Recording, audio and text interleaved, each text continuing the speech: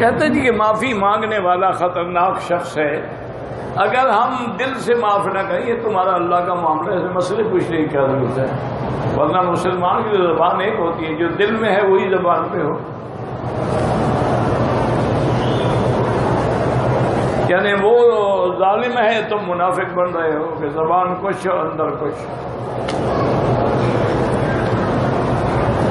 نفل میں ایک ساتھ شکرانہ نفل، حاجت کے نفل، استخارہ کے نفل نہیں، ساری زندگی کے نفل کا ٹھیکہ ہوا. کبھی کھانے پہ تو ایسا نہیں کیا کہ ناشتے کے وقت کہو یہی روٹی کی دوپہر کی بھی ہو گئی، رات کی بھی ہو گئی، کل کی بھی ہو گئی، پرسوں کی بھی ہو گئی، ایک دفعہ کھا لیتا ہوں. اللہ کے بندے ہر نفل الگ ہے. اولاد کے لیے علاج بھی کروائیں اور سورۃ یوسف پڑھ کے اللہ سے دعا بھی کریں. مسجد عائشہ سے عمرہ کر سکتے ہیں، انڈیا سے ہوں یا پاکستان سے، کہیں سے بھی. دوسرے عمرے میں بال کم تھے، کم ہے تو اس طرح پھرواؤں نا، کم ہے تو ایمان تو نہیں ہے کہ اور بھی تھوڑے کٹو، بال کم ہوں اس طرح پھرے گا. میری بیوی معذور ہے، میں اس کا ہاتھ پکڑ کے طواف کرا سکتا ہوں؟ بالکل کرا سکتے ہیں.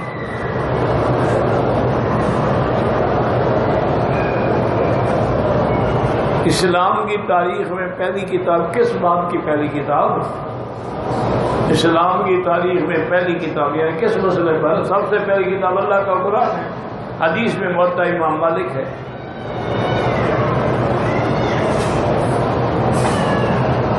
امام طبری کی تاریخ اٹھا کے پڑھ لیں اور مجھے اپنے دادے کی پیدائش یاد نہیں، امام ہجری کی پیدائش کہاں سے یاد آئے گی.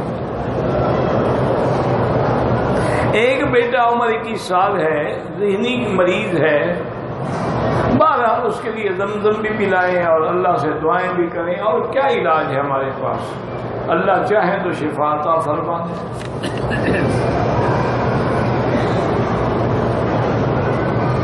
جو عورتیں عمرے سے لے آئی ہیں انڈیا سے یا پاکستان سے، ہر عورت کے لیے اپنے کمرے میں نماز پڑھنا افضل ہے مسجد سے. لیکن یہ چند دن ہے، اگر وہ آنا چاہیں تو آپ کو روکنے کا حکم بھی نہیں ہے. ساری زندگی لوگ گھر پڑھتی رہی ہے، اب اللہ کے گھر میں موقع ملا ہے، اب تمہیں مسئلے یاد آ گئے ہیں سارے. پہلے تم اپنے ملک میں اس کو مسجد لے جاتے تھے. لوگ بہانے بناتے ہیں نا کہ دماغ کو استعمال تو کرتا ہے نا کسی جگہ. حرم شریف سے باہر جو چپل پڑی ہے بالکل نہ اٹھائیں. اپنی چپل کپڑے میں باندھ کے ساتھ رکھو. اگر طواف نفلی ہو یا عمرے کا ہو، تھک جائے تو ایسے کعبے کی طرف رخ کر کے بیٹھ سکتا ہے. پھر جب اٹھے گا تو آپ وہیں سے شروع کرے جہاں چھوڑا ہے.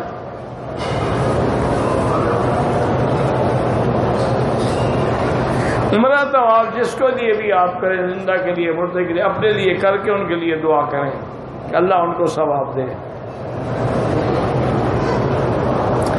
ہر طواف کے بعد 2 رکعت پڑھنا واجب ہے.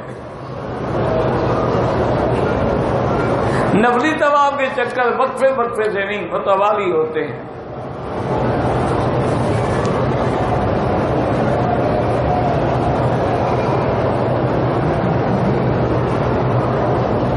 کہتے ہیں جی کہ حضرت عثمان پیاسے رہے 40 دن تک، عمر 82 سال تھی، تو کیسے آدمی اتنی لمبی مدت بھوک پیاس برداشت کر سکتا ہے؟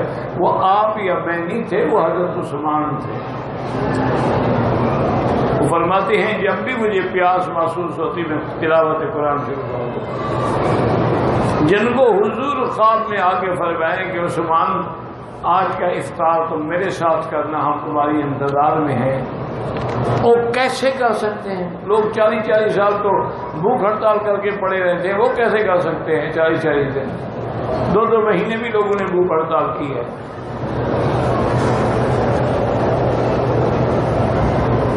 حائضہ عورت مطاف میں بیٹھ کے کعبہ دے، وہ تو مسجد کے اندر نہیں آ سکتے، مطاف میں بیٹھ کے کعبہ کیسے دیکھے گی؟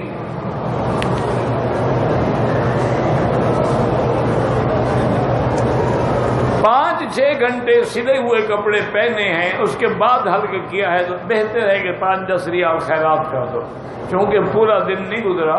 اس لیے اپنے ملک میں دم نہیں دے سکتے، دم جب بھی دو گے مکے میں دو گے، ابھی پیسے نہیں ہے کوئی بات نہیں، چلے جاؤ اپنے وطن، یا کسی سے ادھار لے کے کر دو، پھر اس کو پیسے دے دینا۔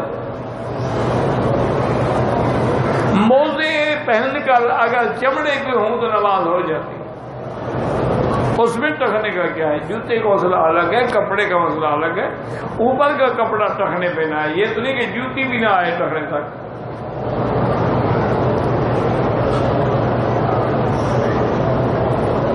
کسی رافضی کو قرآن شریف پڑھا سکتے، پڑھاتے پڑھائیں گے تو مسلمان ہوگا نا، پڑھاؤ گے نہیں تو وہ تو پھر پکا ہی ہوتا جائے گا۔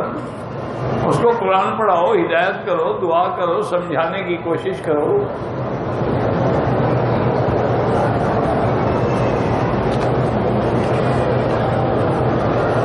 اگر قربانی کے جانور میں ہم حضور پاک کے نام کا حصہ بھی رکھ سکتے ہیں۔ بریلویوں کی مسجد میں ہم اکیلے نماز پڑھیں، مسجد تو اللہ کی ہوتی ہے، نہ بریلویوں کی ہوتی ہے نہ دیوبندیوں کی ہوتی ہے۔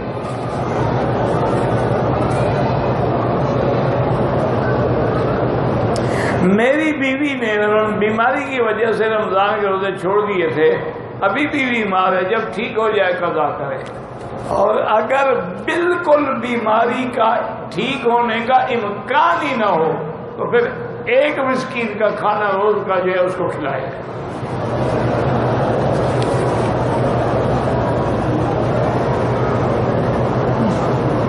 ہم لوگ مکہ میں پتہ نہیں باہر رہتے ہیں، مسجد عائشہ جانا پڑے گا، اپنے گھر سے احرام نہیں باندھ سکتے۔ عمرے کے بعد احرام بال کٹانا بالکل وہ تو حصہ ہے عمرے کا، جب تک اس طرح نہیں پھیلاؤ گے عمرہ ہوگا ہی نہیں۔ میری بچی کے سر میں درد ہوتا ہے، زمزم پلائیں اور زمزم سر پہ بھی ڈالیں اور اللہ سے دعا کریں۔ ہم حد حرم سے باہر رہتے ہیں، لیکن حج کا احرام مینا سے بندم پڑ گئی، آپ مسجد عائشہ سے مان لیتے۔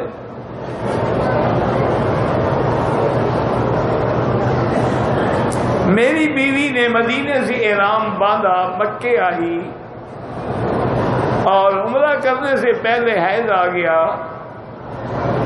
اب وہ بیٹھی رہے، صبر کرے، جب اس کے دن حیض کے پورے ہو جائیں اور تسلی ہو جائے کہ خون بند ہو گیا ہے، میں پاک ہو گئی ہوں، تو غسل کر کے عمرہ کرے۔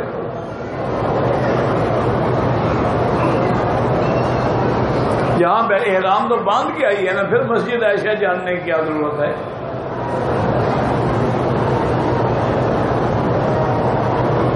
سات نمبر کو پاکستان جانا ہے، اس وقت تک حید نہ ہو تو پھر دم بھی پڑے گی، گناہگار بھی ہوگی۔ تاریخ آگے کرا لو، سیٹ آگے کرا لو۔ یہ تو اتنا سخت مسئلہ ہے کہ بعض فقہا لکھتے ہیں چونکہ وہ تو عمرے کے احرام میں ہے، جب تک طواف نہ کرے، صفا نہ کرے، وہ تو محرمہ ہے۔ کہتے اگر کوئی بھی حل نہ ہو نا، اسی ناپاکی میں عمرہ کر دے اور ایک دم دے دے کہ اسے پلیت عمرہ کیا، تاکہ احرام سے تو نکلے نا۔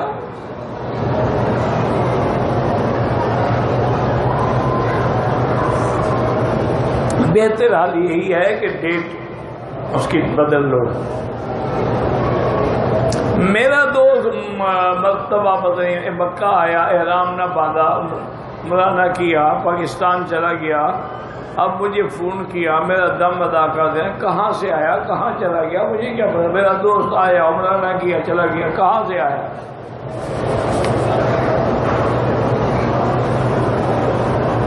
امام حرم کہاں سے کھڑے ہو کے نماز پڑھاتے ہیں، آپ تلاش کریں، یہ آپ کی ذمہ داری ہے۔ مستورات حرم میں جنازہ پڑھ سکتی ہیں، پڑھ سکتی ہیں، اسی طرح جمعہ کی نماز بھی اگر مسجد میں موجود ہے تو پڑھ سکتی ہیں۔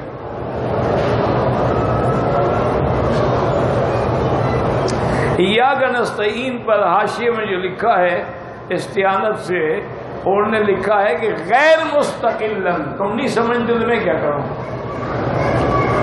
یعنی اصل استقلال سے مدد تو اللہ سے مانگی جاتی، اگر کوئی بغیر استقلال کے کہہ بیٹھا تو کافر نہیں ہوتا۔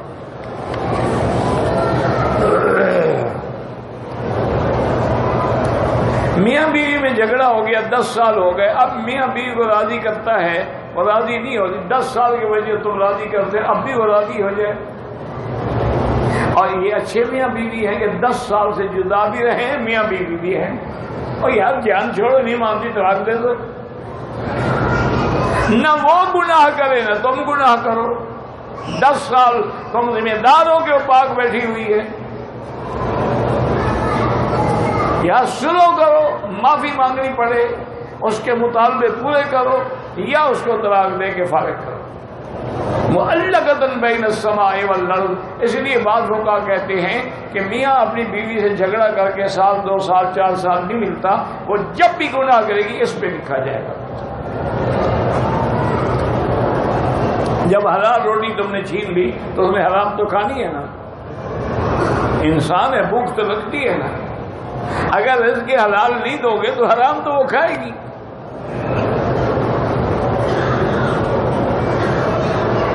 29,1700 ریال نکال لیے گئے، اللہ آپ کو بدلہ دے، ہم کیا کر سکتے ہیں، دعا ہی کر سکتے ہیں، بس انا للہ و انا الیہ راجعون کی تسبیح پڑھتے رہو، اللہ قادر ہے، کوئی بس سبب بنا دیں گے۔ پہلا عمرہ کیا، دوسرا عمرہ مسجد عائشہ سے کیا، ایک سال ہر میرا افراد کا عائشہ سے عمرہ، مسجد عائشہ سے عمرہ ہوتا ہے، بس بحث میں نہ پڑو، جن کا نہیں ہوتا وہ نہ کریں، لڑائی کی کیا ضرورت ہے، جن کا عمرہ نہیں ہوتا وہ نہ کریں۔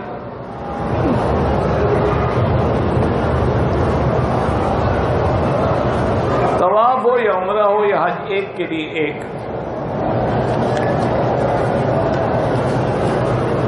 اما عائشہ کا دشمن پکا کافر ہے، وہ تو قرآن کا منکر ہے، اما عائشہ کی صفائی تو قرآن میں ہے نا، تو پھر بھی وہ اما عائشہ سے بغض رکھا ہے، مانے قرآن سے بغض رکھتا ہے، کافر ہے۔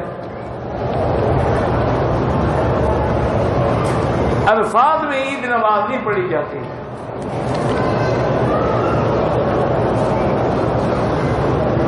میرا بھائی جو ہے کم عمر ہے، گردوں کے امراض، اللہ شفا عطا فرمائے، اللہ ہر مریض پہ رحم فرما دے، اللہم اشفنا واشف مرضانا ومرضى المسلمین۔ میرا بھائی تفسیر مکی کے نام سے میری وہ تفسیر قرآن چھپ رہی ہے، جس کی 5 جلدیں مکمل طور پہ چھپ گئی ہیں، اور 6ٹھی جلد چھپنے کے لیے ابھی ہم تیاری کر رہے ہیں، تو پاکستان میں میرا خیال تو ہے کہ مل جاتی ہوگی، کیونکہ چھپتی بھی وہی ہے۔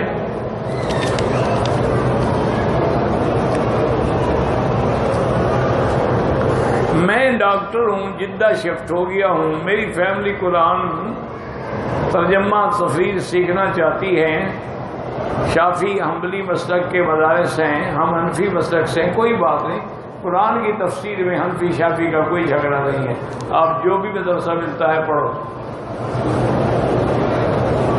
وہ تو فروعی مسائل میں اختلاف ہے، ایک نے کہا آمین زور سے کہو کہ آہستہ کہو، اصول میں تو کوئی جھگڑا نہیں، قرآن کے ترجمے کو تو کوئی نہیں بدل دیتا۔ حافظے کی دعا میں نے عرض کیا نا جی، دلائل النبوہ میں بھی ہے اور چھپی ہوئی رسالوں میں بھی ملتی ہے، کسی مکتبے پہ چلے جائیں۔ ایک آدمی لکھا ہے تقدیر میں کہ غلط کام میں تقدیر میں لکھا ہوا تھا، کیا کس نے؟ لکھا ہوا تو تھا، کیا کس نے؟ تمہیں ڈنڈا پکڑ کے آئے تھے، فرشتے پکڑ کے لے گئے گناہ کے لیے، بھائی شرم کرو۔ مانا یہ ہے اللہ کو علم تھا کہ تو نے یہ منہ کالا کرنا ہے، انہوں نے لکھ دیا، کیا تم نے ہے۔ تقدیر زبردستی نہیں کرا دی، کافر کو زبردستی کافر بنایا اللہ نے، اور اللہ نے فرما دیا ان اللہ لا یرضی بعد الکفر، میں تو اپنے بندوں کے کفر سے راضی نہیں ہوتا۔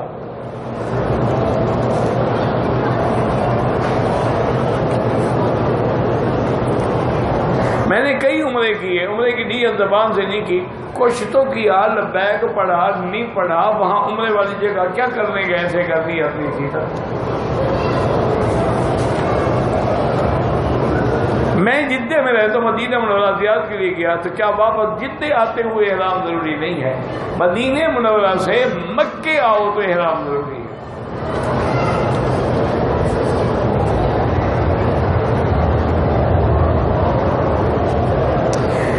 بال کاٹنے سے پہلے عورتیں چادر اتار دی، کچھ نہیں ہوتا ہے۔ میری کسی نماز میں جماعت سے ایک رواج چھوٹ جائے، کھڑے ہو کے ایک رکعت پوری کرو۔ صلاۃ ضحیٰ سے مراد ہے چاشت کی نماز۔ اشراق جو ہے سورج نکلنے کے بعد، اور چاشت ہوتی ہے جب دھوپ پکی ہو جائے، پاؤں جلنے لگے۔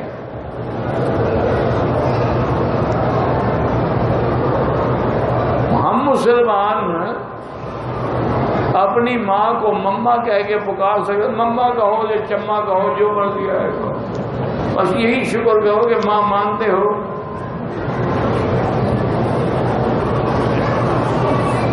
کسی کی نقل تو کریں گے نا بیچارے، اما کیوں بولے، کوئی ممی بولتا ہے، کوئی مام بولتا ہے۔ اگر کسی بچی کے لیے دیندار رشتہ پیغام آئے، ظاہر دیکھ کے ہم خوش نہیں، لیکن لڑکے خاص رشتے داروں میں سے کوئی ہم کو یہ بتائے کہ رشتہ وہاں پر مت کرے، تو استخارہ کر لو، بس خیر ہو تو کر لو، خیر نہ ہو تو نہ کرو۔ میری دو بیٹیوں کی دعا کریں۔ میری بیٹی بہت ماں باپ کا کہنا مانتے ہیں، پتہ ہی نہ فرمانے شروع، اللہ ہدایت دے سب کو۔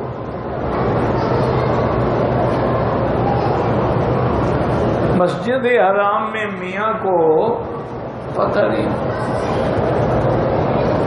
ایک عورت نے حج کے 10 تاریخ کو احرام کی حالت میں کنکریاں مارنے سے پہلے کسی دوسری عورت کے بال کاٹے ہیں۔ بہرحال حنفی مسلک میں تو دم ہے، لیکن بس دعا کرو اللہ قبول کرے۔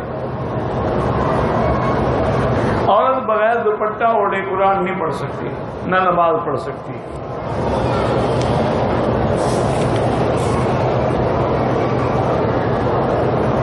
نماز جنازہ امام بآواز بلند پڑھاتے ہیں، کوئی بلند آواز سے نہیں پڑھاتا۔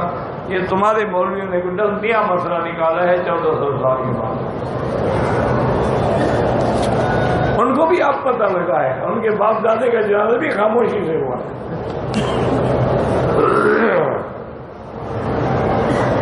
میں 1 مہینے کے لیے مدینے کام کے سلسلے میں واپسی پہ مکہ آئے، حرام کام کے لیے گئے تو پھر جرمانہ نہیں ہے۔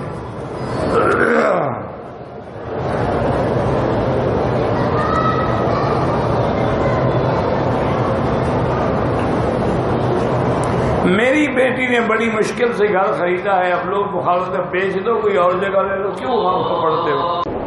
اللہ ربنا هو الإله له من الأسماء ما اصطفاه الواحد الحي كذا المليك